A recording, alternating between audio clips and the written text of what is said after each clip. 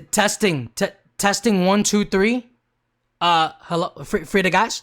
Are you two cousins? Oh wait, no, that's not what I'm supposed to... Are you two twins? Nah, we best friends. Wait, I don't think that's... Wait, hold on. I don't think that's what you're supposed to say. Bro, that's not... You're supposed to say we're cousins. How do you mess that up? Well, listen, you gotta understand. I'm put on the spot right now. Camera's on me, I freeze. Let's try it again. We cousins. No? Frida guys!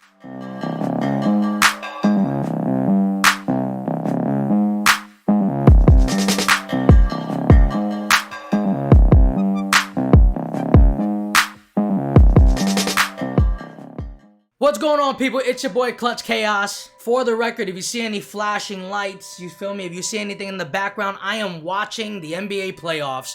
I have that on muted, so listen, we don't gotta worry about that. We are here today for something different. Now, I don't rarely do these. Honestly, I think this is the first time I'm ever doing it on the channel, but I decided to do a movie review. And what movie are we reviewing? We are reviewing The Sinners, directed by Ryan Coogler, starring Michael B. Jordan, Frida guys, two twins, alright? And also, this is a spoiler review, so if you guys don't want to be spoiled, listen, the movie's been out for almost a month now. I think it's 3 weeks since the film's been released. Listen, if you haven't seen it yet, get up out of here. Make sure you hit the like button, subscribe to the channel, and all that good stuff. But this is a spoiler review. I'm going to talk about everything. We're going to start from the beginning, and we're just gonna work our way all the way to the end. You know, I already tried to do this review a couple times, and I just keep on missing stuff to talk about. So we're trying it again for a third time, alright? Relax. I'm not gonna be doing these frequently, okay? I'm not gonna review every single movie that drops. I'm only doing the ones that I truly love. But like I said, man, if you guys enjoyed the video, leave a thumbs up. Make sure you subscribe to the channel if you haven't already. And for those of you that come here just for the movie reviews, listen, I also do gaming. It's a gaming channel. Watch me play some games, watch me rage out. What I'll say real quick about the film is this. I absolutely love this film. I think it's an amazing work of art. The way it's shot, the cinematography, the characters, the storytelling, the main villain of the story, which are vampires. You can kind of have different points of views from of what the story is being told. You can say that this movie is about music, it's about culture, it's about choices. This movie is basically a thriller, but it's a mixture of comedy, romantic, horror, action. It has pretty much all of it. It's a jack of all trades type of movie. It's an original story told by yours truly, the Ryan of Coogler's Frida guys. Alright, he's on a roll lately and he's going stupid off of a building. The movie starts off with a voiceover. I'm assuming that this is the voiceover of Annie, a character that we will get introduced later on. But she basically explains how music is a way to connect with the spirits. It's a way to connect with your emotions and with people. There is always a chosen one that when they play music, they can conjure up the spirits. Sometimes good, sometimes bad. And that pretty much sets the tone of what the movie's about. We get an introduction of our first character, Preacher Boy Sammy, played by Miles Canton. I don't have the name in front of me, Frida guys. I was indeed right. I looked it up. It's Miles Canton. Shout out to Miles Canton for his role of Preacher Boy Sammy. This is his debut role. This is the first time he's ever done a movie, and I could not tell. He killed it. The acting was flawless. The fact that he can sing, he can play the guitar, he is really like that. And honestly, I had no idea that he's pretty much the main character of this movie. I had no idea. But he did a hell of a job. So we get introduced to Sammy, and it's in a weird way, right? He's pulling up to the church, but he's all banged up. His clothes are ripped, it's all bloodied, it's dirty, his face is scratched off, and he walks into the church where he sees his father. And his father is approaching him, but at the same time, we're getting flash forwards of a particular villain of the movie, right? We're getting like a mimic of this demon moving with the same mannerisms and the same kind of like gestures as the father's doing, kind of symbolizing that these two characters are more similar than you would like to believe, which is interesting. I love the way Ryan Coogler implemented that detail I really like how he did that. And then Sammy's given a choice, right? He's given a choice, you know, put the guitar down, come to the church, be with the church. But like at the same time, these flash forwards are continuing, and it's like he has the guitar in his hand, and then in the flash forward, he still has that guitar. So that guitar plays a major role in this film. And then as the movie progresses, we get introduced to Smoke and Stax, which are the two twin brothers played by Michael B. Jordan. Honestly, this guy is amazing. He did a hell of a job playing two different characters. What's so dope about it is that you almost for a split second forget that it's the same person. Because the personalities are so different and they're twins, so they have that brother dynamic, that brotherly love, the way they go back and forth with each other with bantering, you forget that this is just one person doing this. Smoke is the older brother. He's more stoic, he's more quiet, he kind of gets down to business, and he doesn't really sugarcoat nothing. If he sees a problem, he's gonna go deal with it, right? There's a scene in the movie where, you know, you get to see a little bit of his character, drives up to the store, and he tells this little girl, he's like, hey, come here. You ever heard of the Smoke and Stack twins? And she's like, yeah. And he's like, well, I'm Smoke. And you can see the face change from like interested to like, oh, whoa, I don't want to deal with you because they're dangerous people. He tells her, hey, watch my car for me while I go talk to somebody in the store, and if anybody tries stealing this truck, you better honk that horn. And he's like, I'll give you 10 cents. And she's like, okay, I'll take it. And he's like, whoa, whoa, whoa, whoa, whoa, listen, don't ever take the first number, all right? Negotiate, all right? Answer back with me with a different number and I'll go back with you. And she's like, all right, 50 cents. And he's like, all right, how about 20 cents? How about 25? And she's like, deal. Pretty much shows the type of person that he is. He's not just this quiet, mysterious monster that doesn't speak. He's like, you know, hey, yo, like, you gotta stand up for yourself. You gotta be your own person. You gotta demand, you know, when somebody is asking you for a favor, you gotta talk that talk. Like, we coming from a time, 1932, Mississippi, like, you gotta speak up, you gotta make deals and demands. That's how you can get a negotiation started. So I really love that part of his character. And then we have Stax. Stax is the little brother, and he is pretty much the loudmouth. He has that charisma. He likes to smile, he likes to talk, and he likes to flex. He likes to show off the goods and the money and the materialistic things, and he has no problem with talking his way out of situations. And what I love about this brother dynamic is that they bounce off each other, you know? Smoke is more quiet, so he doesn't really do all that talking, and Stax is more of the talker. He's the one that's gonna, you know, talk his way out of situations. Things get a little rough or tough, Smoke is the one that's gonna handle that tough business. And it's pretty much shown in the beginning of the film where you have this guy who is named Hogwood. He is selling Smoke and Stax this warehouse. Pretty much Smoke is asking him like the more serious questions, like, how come the floor is clean? Like, what you used to do over here? And then you can see the like the seriousness in Smoke's eyes and just his demeanor, that stoicness. Also, you're able to see Stax, and you're able to see that charisma. You're able to see how he could talk his way out of a situation where he feels like Smoke is about to do something he really shouldn't do, and Stax gives him the money and says, alright, we'll take it, don't worry about it, we got this. They are pretty much setting up a juke joint, and they're gonna have Sammy come in and play the guitar. They don't know that he can sing yet, they just know that he plays the guitar. To piggyback what I said before, Smoke's gotta go to this truck and basically unload all this wine and all these beers and all of these things that they bought from their way of Chicago, because they're coming from Chicago, they're Chicago gangsters. So now we're getting the perspective of Stax and Sammy going to meet Delta Slim, another character that plays a good role in the movie. They're also picking up Omar Miller's character in Cornbread. Shout out to Delta Slim's character played by I think it's Delroy Lindo. An amazing actor, a funny person. This is one of the comic reliefs of the movie, Delta Slim and Cornbread, both of them. I really love their characters. It's so freaking cool. You can see the pain of Delta Slim where he just wants to play music and drink, but it comes from a trauma. You know, there's a scene in the film where Stax and Sammy and Delta are driving, and Delta tells Stax to slow down real quick. He sees these people chained up, you know, shoveling and singing, and he's like, hey, lift your heads up, all right, keep your heads up high, rise. Sammy's like, did you know them? And he's like, yeah, I knew every single one of them. And you get to see that deeper side to Delta Slim, not just the funny side, not just the alcoholic drunk. Also, in this same time, we are meeting Haley Steinfeld's character, Mary, which was a mislead to me because the trailers made it seem like she was a vampire already.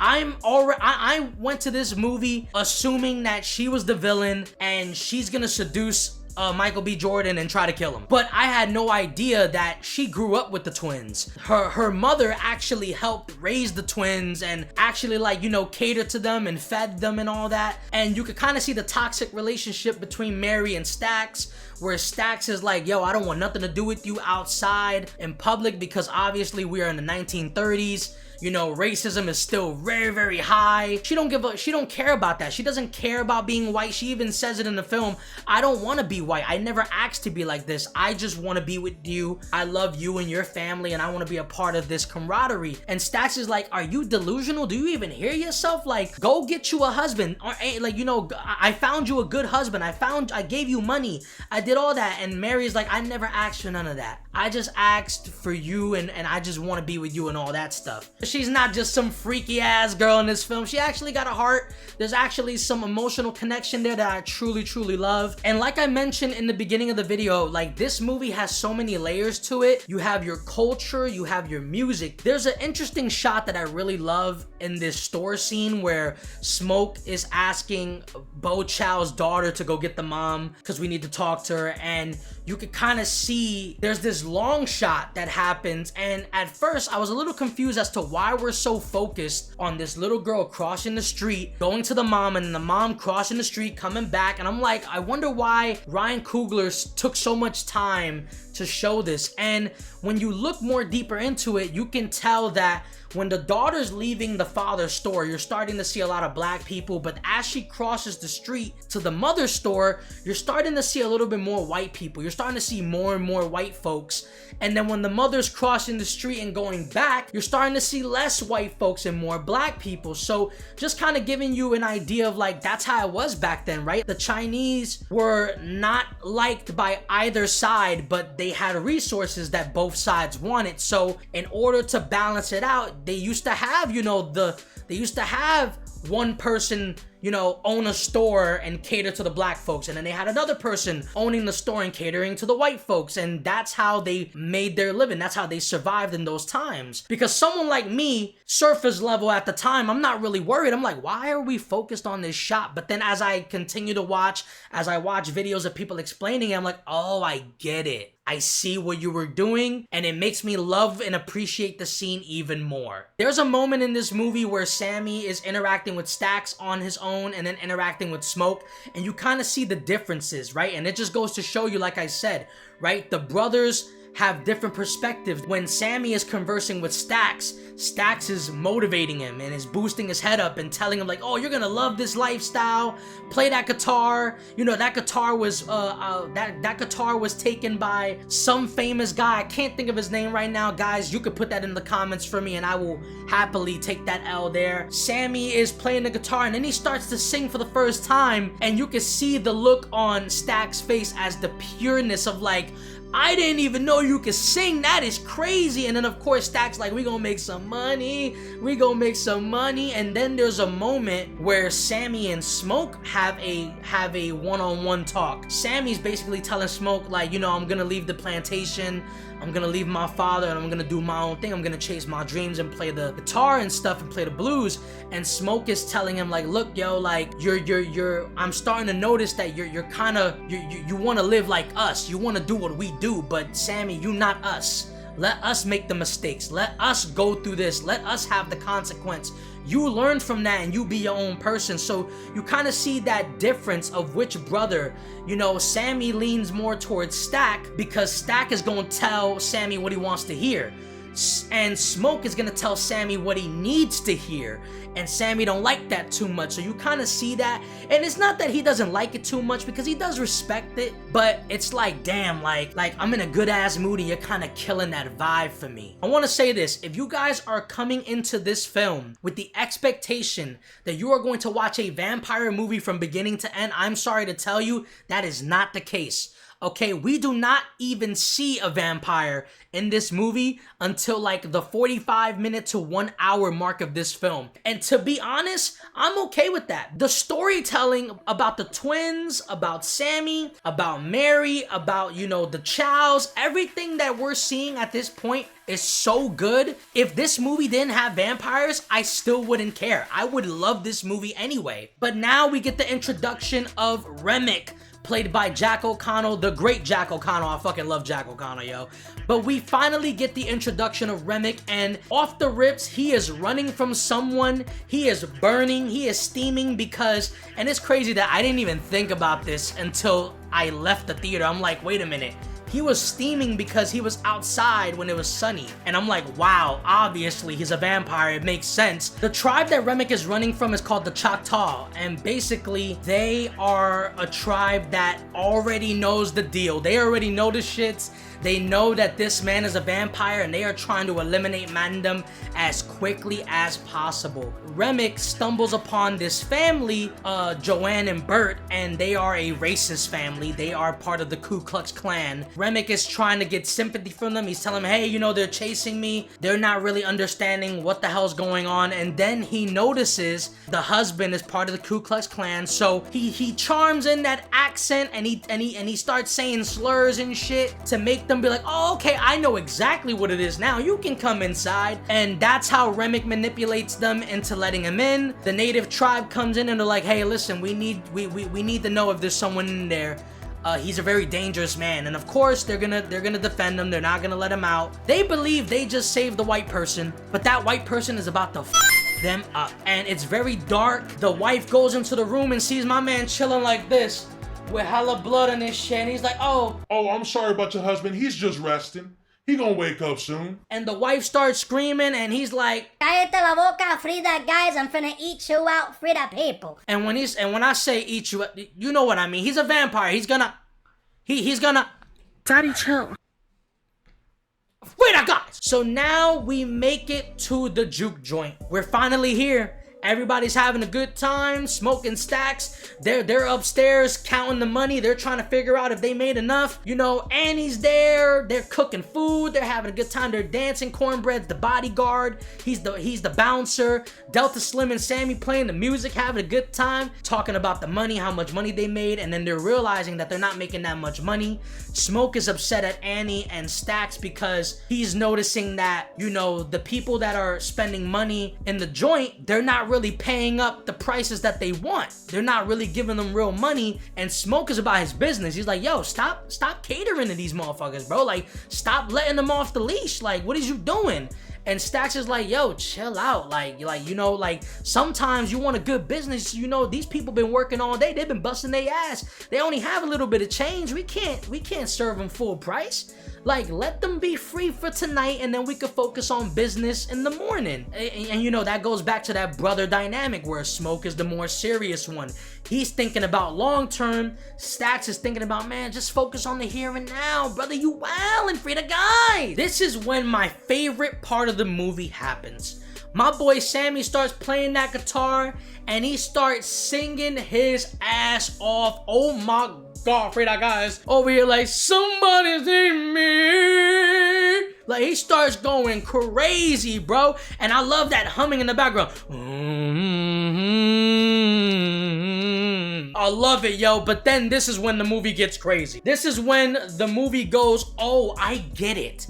Right? Because remember what was said in the beginning of this video, right? The woman explained how there's always that chosen one that plays the music and can summon the spirits. Some of them are good, some of them are bad. We are about to see all that shit right now, because as Sammy starts playing the guitar, next to my boy, a wannabe rock 80s boy, playing an electric guitar. I'm like, what are you doing here? Are you a time traveler, fam? You're a time traveler, bro? ¿Dónde está que tú eres bendición. Like, yo, my boy pulled up with the electric guitar going crazy, and then the camera starts panning and you see DJ Khaled. I mean, no, you just see a DJ and it starts going bonkers. The hip hop starts going in. You start seeing B-boys wildin'. You start seeing motherfuckers crip walk. How you doing? You start seeing girls twerking. Oh, chill. I am not about this life. Then you start seeing the Chinese couple dancing. You're seeing the Chinese culture style dances right next to them. You're seeing the African tribes doing their dance. It's amazing. You're seeing my boy Sun Wukong doing the damn fighting styles. And then as the scene's happening, I'm thinking to myself, and I'm actually saying it out loud in the theater. I'm saying this to myself. I'm like, this is what they were talking about. This is what they were explaining in the beginning, and we're actually visually seeing it, and it's so beautiful. And I love how the music like integrates with one another. Like, you know, you got the blues genre connecting with the hip hop, connecting with the pop, connecting with the rock and roll. It's so damn dope. Now you start getting that little auto tune, the humming, the and then the house starts burning. It starts burning down, right? Symbolic, right? It's symbolic right there. But then this is where it gets good. Now you're seeing this from the perspective of Remick. You're seeing this from the perspective of the vampire. And he's from the outside looking in. He can see the spirits. He can see how happy and how everybody's feeling. And he's like, I want that. I want that bad.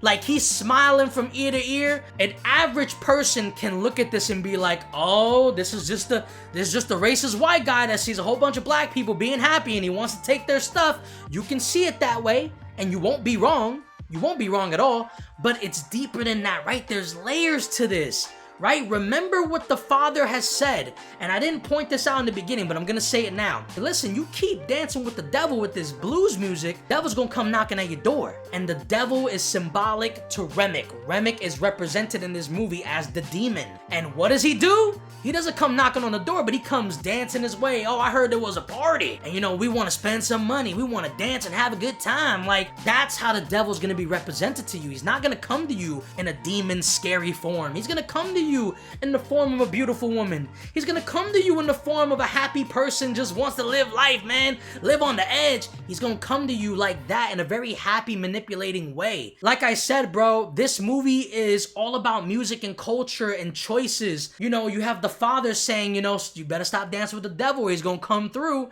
And you have Annie talking about how the spirits get conjured up, some good, some bad. And you're seeing the good spirits, but then you're seeing the bad ones. The bad ones are the vampires. And I love that so much. I love this scene too where Smoke is like, you part of the clan? And then immediately Remick's like, sir? We would never, we all about equality. We would never do that. I just love that look. Like, it's almost like Remick is offended immediately when he gets compared to the KKK. Because Remick is actually Irish. He comes from Irish descent. And we don't find that out until later on down the line of the film, but he's from Irish descent, so he agrees. He's on their side. He is not racist. He wants nothing to do with the Ku Klux Klan. So the fact that Smoke compared them and told them that, to see that first reaction be like, sir? I almost backhand you, I ain't gonna lie, it was crazy, bro. For the guys though, you feel me? And then Mary wants to play hero. She's like, let me go out there, you know, I'm white, so you know, they won't be afraid of me. They'll tell me what the real is. And she ends up going out there, and this is where we get our first official death of the movie. I'm a little bit upset that it's an off-screen death, all right? There's a couple of off-screen deaths here that I didn't like. He manipulated her. He manipulated her into telling him what's really going on within her life. And she's like, you know, I just buried my mom. And he's like, oh, you know, that sucks. You know, I really wish that I was around sooner so I can save her from her fate. That's red flag number one. What do you mean save her from her fate? You know, I could still save you from your fate. And she's like, oh, I don't know what you think this is, but I don't need saving. And then he turns around like, Yeah, you need my help. Shows off the teeth and he's like, I'm finna bite you now. I'm gonna bite the shit out you for the guys. And she walks off, she got the gun, she walking off, but then she get got in the shoulder. But we don't see it. We don't see it. All we see is the bite mark, but we don't see it. Haley's getting into that freaky, horny shit, feel me? And this is when the movie gets a little freaky. It gets a little Freaky Friday. And Haley and Stacks going at it, showing love, going straight off a building. You know, she over here drooling. He over here like, baby, you drooling. She's He's like, you want some? He's like, hell yeah, for the guys. I'm like, yo. I just, like, chill. Like, yo, can I watch? I'm sorry, chill. And then Smoke walks in there and he immediately is stunned. He's shocked. He sees Haley biting the hell out of my boy Stacks in the neck. And we get to see this death. And it's not that gruesome. It's not that violent. But she bites mans in the neck. And you can see all the blood on her damn, like, dress and mouth. And my boy Smoke just guys. lets it off on her. And she gets back up like, we gonna get every last one here. And walks and starts running like this and shit. Like she ran like that dude in that one scene in Get Out like this. This is twin on twin violence. Like Smoke has to hold his baby brother like, yo, like damn, like. And then it hurt me so bad when Stacks was like, I'm scared. You know, he told Smoke, I'm scared and I'm sorry. And he's like, yo, chill out, like, chill. And then, of course, it's, you know, Stacks dies. But now everybody's confused. Nobody knows why the hell Mary just got shot like 9 times like 50 Cent and she just got right the fuck up and dipped off. Somebody's knocking at the door. All you hear is Stacks' voice. And this scene, I love it because you just see the back and forth, right? You see Smoke like, Stacks, you good? Like, is this really Stacks? And he's like, nah, man, it's Jim Crow. Of course it is. Let me in the door. Like, what are you doing? I just love like Smoke. Smoke is the big brother. He wants his brother protected. He's like, you feeling alright? You know, you lost a lot of blood. And then you get to see the big ass chunk of meat missing. Paws, afraid of guys. Stacks breaks the door. He's about to kill somebody. And he throws the garlic. He dips off. That's when we get the reveal that these are vampires. So we're like an hour and a half and some change into this movie. And we finally get confirmation from the characters themselves that these are vampires we are dealing with. We need garlic, silver, we need wood, stab them in the chest, free the guys. They gotta stay there till sunrise, but at the same time, you're dealing with Remick, who is fucking singing one of the dopest songs in the movie, doing the Irish dance, and everybody around him who's a vampire is dancing with him, having a good time and shit. It's like, yo, why are these zombies getting lit right now? Why are these zombies wilding? Like, they're going straight off a building. Like, they are wilding, yo. This is where the climax of the movie really takes off. This is where we start to really see Remick's motivation, because at this point, we're just like, okay, so Remick is a vampire. He just wants to kill everybody. Like, there's gotta be a motive. I want us all to be one family. I want us all to be together. You may not like this, but you know, it's inevitable. Like, this place was doomed to fail. This juke joint was gonna die, whether it was me or whether it was the clan. And Smoke is confused, like, what are you talking about? And Remick goes, oh, I forgot to mention that guy over there that I killed. Yeah, that's the nephew of the Grand Master, who's the head of the clan, who sold you this juke joint. The same person. Tomorrow, they're gonna set you up and they're gonna try to kill you and destroy this whole building. So you never had a shot at being free. Stacks starts to talk to Smoke, saying, you know, like, we was never gonna be free. You know, we was always gonna be on the run, whether it was Chicago, whether it was here. We just gotta, you know, do what we gotta do. And then Sammy is telling Remick, you know, you're the devil himself. My daddy warned me about you. And then I love that line from Remick. He goes, Sammy. I love that. And then we get the true motivation. Remick says, you're the reason why I even came here in the first place. Because I started to hear you sing and I saw your music and I saw how you conjured up the ancestors. And I thought to myself, I want that. I want to be able to see my ancestors. I want to be able to see my spirits. So you know, I've been trapped in this world a long time. I've been alone. We get to see Remick's true motivation as to why he's doing this. And if you really think about it, it's not a bad reason. It's just the way he's executing it is terrible. It's like, yeah, I want to see my ancestors and my family, but in order for me to do that, I gotta kill this kid. I gotta take his talents to South Beach and play guitar. You feel what I'm saying? Like, so he gives them an ultimatum. He says, listen, you know, all I want is the kid. I'll let everybody else live, but if you could give me Sammy, I'll be happy, and we move out the way. I love the scene between Slim and Stacks, where Slim is like, let me tell you, son. Let me tell you, goddamn son. Like, he said, you know, the old Stacks wouldn't go with this, and he's like, Stacks is like, man, this is me, Elias Moore. Now, if you don't mind, I would like to talk to my big brother now, so I kindly ask you to shut the fuck up. I was like, oh shit. I'm like, this is getting good, yo. I'm like, yo, Ryan Coogler, we need a film just on the twins alone, yo. I need a solo film of just Stacks and Smoke and their journeys, bro. You know, it's still me because even though I'm dead, my soul is still trapped, but my soul is still a part of me. It's just trapped. And right now, I'm brainwashed because I got Remick. Remick is the head vampire, so anything he says, we gotta follow suit. So you start to see that vulnerability in Stacks where he's like, come on, Smoke, I can't do this without you. Like there is no me without you. And you can see that brotherly back and forth. I love Slim's line in this where he eats the garlic and he starts choking and you know, and Smoke thinks he's turning. Is like, come on, Slim, talk to me now. And Slim's just like, I had too much to drink, that Chicago beer. And then he goes, I love it, yo. Yeah, he was so good in this movie, bro. We have this fight scene of the vampires versus the humans, and this part of the movie, it's a little aight to me. I thought this was the weakest part of the movie. It's just like a bunch of extras getting bit. It's a bunch of extra vampires getting killed, and the only major part that happens in this part of the film is that Annie dies, and we get to see it, and it sucks that she gets bit by the person that looks like the love of her life. She gets killed by Stacks, so that sucks. Then we're having this back and forth battle between Remick and Sammy, and we're having this battle between the two brothers, Smoke and Stacks. Delta Slim, unfortunately, he sacrificed himself in a very heroic way.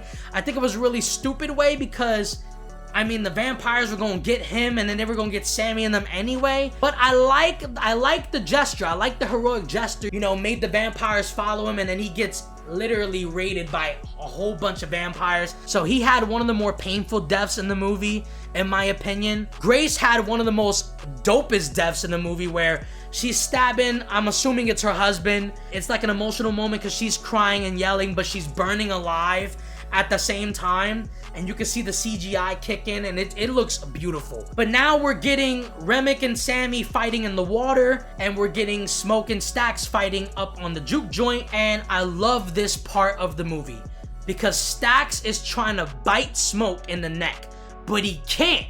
Because remember, Smoke is wearing that protected necklace that Annie gave him.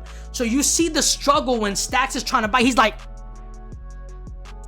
I can't defeat that, guys! And then on the other side, you have Remick and Sammy fighting. And you know, Remick is cutting Sammy up. And now this is where we get that. This is where the foreshadow comes to fruition. We finally get to see them similarities. The demon and the father from the beginning of the movie.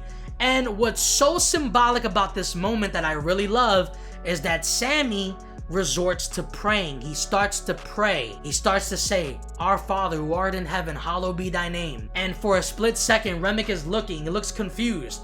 And people think that, oh, this is about to fuck him up. Nope. He starts reciting the prayer with them. Thy kingdom come, thy will be done, on earth as it is in heaven. That was one of the most gangsterous scenes I've ever seen. My man holding his hand, palming that shit like a basketball with them long ass nails. Reciting the same prayer. And in this point in time, this is where I start to notice that Sammy is losing faith. He's losing faith because the one person that he wanted to rely on just now, he wanted to pray on the Lord. He wanted to trust his father. And what happens? The person that's trying to kill him also knows the prayer. Not only does he know the prayer, but he's reciting it with him. Not only is he reciting it with him, but he tells him the people that took my land and invaded my people, they said the same prayer to me. And look at how I turned out. And I keep this prayer with me as comfort. So now you're starting to see Sammy conflicted. He's like, damn, that shit didn't work when I trusted my father, but I don't want to join this guy. I don't want to join the dark side and be a vampire. And also, I want to point out this too, very symbolic. Remick is talking to Sammy about the whole invading shit. Putting his head into the water, dumping it as a symbol, as a symbolic symbol of being baptized. He's baptizing him, right? Sammy takes that guitar, and the one thing that his father said that, you know, would bring the darkness, he takes that shit and he rocks Mandem in the skull. Beautiful scene. The guitar strum, all the vampires are like, ah, this hurts me hard. He hurt me hard. My boy Remick does the funniest line in the movie where he gets hit in the head and he's like, shit, that shit hurted. That shit had me crying, bro. Cause I'm like, this is supposed to be an intense moment, but that line made me laugh so hard in the movie, bro. That's a realistic ass like thing. Like if somebody hits you in the head really hard, damn, what the hell? What? That shit hurted. At the same time, we have Smoke and Stax fighting, and Smoke has him. He has Stax, and he's there. He's about to stab him, but then he hesitates. He hesitates, and then it goes off screen, and then my boy Remick gets got. Aquí, mira. Gets got in the chest by who other than Smoke. Smoke gets him, and then Remick has one of the coolest death scenes in the movie. A fire tornado, my man gets dusted. He gets Thanos, and it's over. Movie done, as so we think. Now we're getting Sammy going back to the church, and it's back to the beginning now. But the difference is, when he enters the church, there's no more foreshadowing. There's no more flashes of Remick, because he's gone. It's just the father. Right? So now you think Sammy has the one choice to make. At the same time that Sammy's going into the church, Smoke is preparing the clan. He's preparing for the clan to show up. So he's setting up, he's getting his tools, his guns, his snipers. He's getting ready to eliminate all of them because he knows what's about to happen. Remember, he's still a soldier and he's still a badass boy. And he goes crazy. He's telling Sammy, make a choice, put that guitar down, put that guitar down. And Sammy makes the choice to not put the guitar down. Not only does he do that, but Sammy walks out.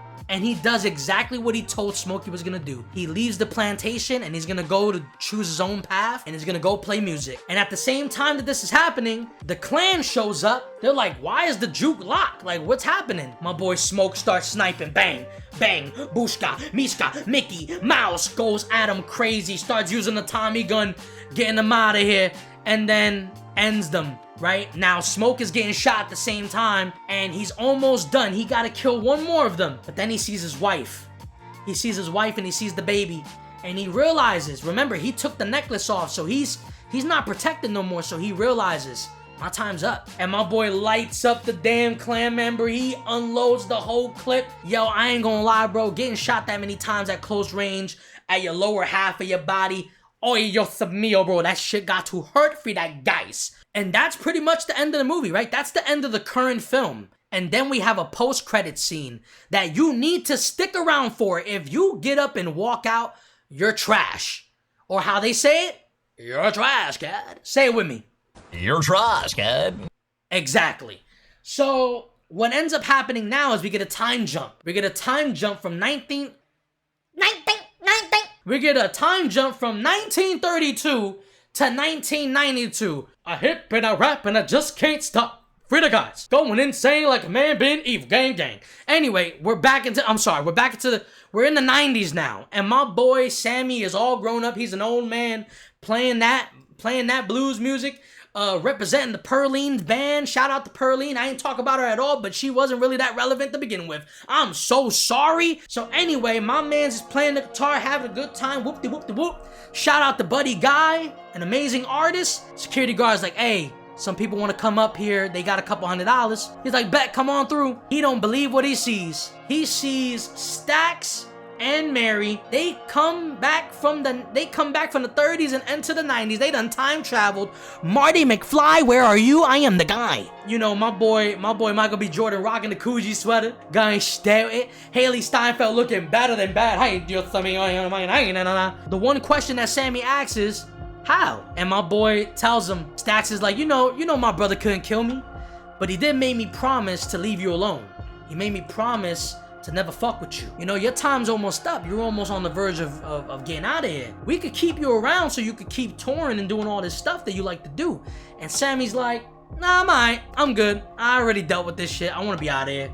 And then I love this. I love the back and forth, right? This is Sammy and Stax again, right? From when they were younger. And Stax is like, you know, we bought all your albums, we bought all your tracks, but that electric shit is trash, man. I love the real. And he says, will you play some for us? And then, you know, Sammy's playing it, and it's so beautiful. It's a beautiful moment. And then at the end, before he leaves, he says, hey, you know, ever since that night, I keep having nightmares, but, you know, before the sun went down, that was the best day of my life. Was it like that for you, Stax? And Stax goes, no doubt, because it was the last time I saw my brother, and it was the last time I saw the sun. And, you know, that's okay. we good. And then he walks off. It's a beautiful moment. If you guys pay attention to the film, you'll notice that Smoke never smiled in the entire film. He never smiled. What I love about this scene here, there's a moment where he's dancing with Annie, and there's a little smirk. It's like a little, it's not even a smirk, but it's like a, you kind of see like, you kind of see that. And I love that we didn't see that in the movie. This was at the end, so you know, like I said, if you didn't watch this post-credit scene, you didn't see the fucking ending of the movie. I don't understand why you don't just stay there. There is a final credit scene where it's just Sammy and he's playing This Little Light of Mine, and you know, that can be a symbolism to, you know, him selling his soul to the devil to be a good musician. That's what people are saying. I don't know per se. I just thought it was a nice little tune. But that's surface level thinking, so I understand it. But all in all, that's the movie Sinners, guys. That's the movie. I enjoyed it. I loved it. I didn't really like the action sequence of the fight scene between all the vampires and all the humans. I did like the fight scenes between the two brothers. I loved the back and forth between Sammy and Remick. That was good. But the fight in general with everybody, I didn't really care for that. I thought that was weak, to be honest with you. The only impactful moment there was Annie dying, in my opinion. And the death scene of Annie, that was the only impactful part. The Smoke and Stack stuff, the Remy and not the Remy, the Remick and Sammy thing, that was dope. And also some of the main characters getting killed off screen, I would have liked to have seen them. But hey, I can understand Ryan's point of view of like, maybe he just didn't want to incorporate that much gore because there was probably a bigger story to be told here. And the vampire stuff, he said it himself. He said this isn't a vampire movie. This is a movie that just so happens to have vampires in it. And this is exactly what he says. Like I said, if you go to this movie thinking it's a vampire movie, you will be sadly mistaken. But I hope that doesn't tune you out, because this is an incredible movie. It's an incredible story, and I love that it's an original piece. And if I had to rate this movie, I'll give it a 9. I'll give it a 9 out of 10 because of the weak action scene and some of the deaths that were off screen. That's about it. Other than that, this movie's perfect. The music of this, you know, the musical number that Sammy did, the musical number that Remick did, I really love. The instrumental to Dangerous, to the scene where Mary and Stax are having that heart-to-heart, where Stax is like, what do you want me to say? That I love you? That I think about you every day? That little portion of the beat that in the background, I fell in love instantaneously. I wanted to call somebody and be like, I love you, Frida, guys. But that's the end of the review, guys. I hope you enjoyed it. I hope I entertained you guys with a little bit of my thought process of what I thought the movie was about. If you guys have different points of views, please talk to me about it in the comment section down below. I would love to give your thoughts about it. I would love to hear that. I don't mind debating. If you guys felt I said something wrong or I was misquoting things, please feel free to check me in the comments. That's about it.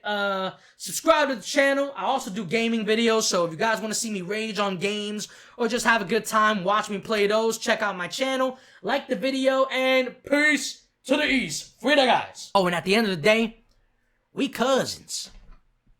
That was so cringe. That was so cringe!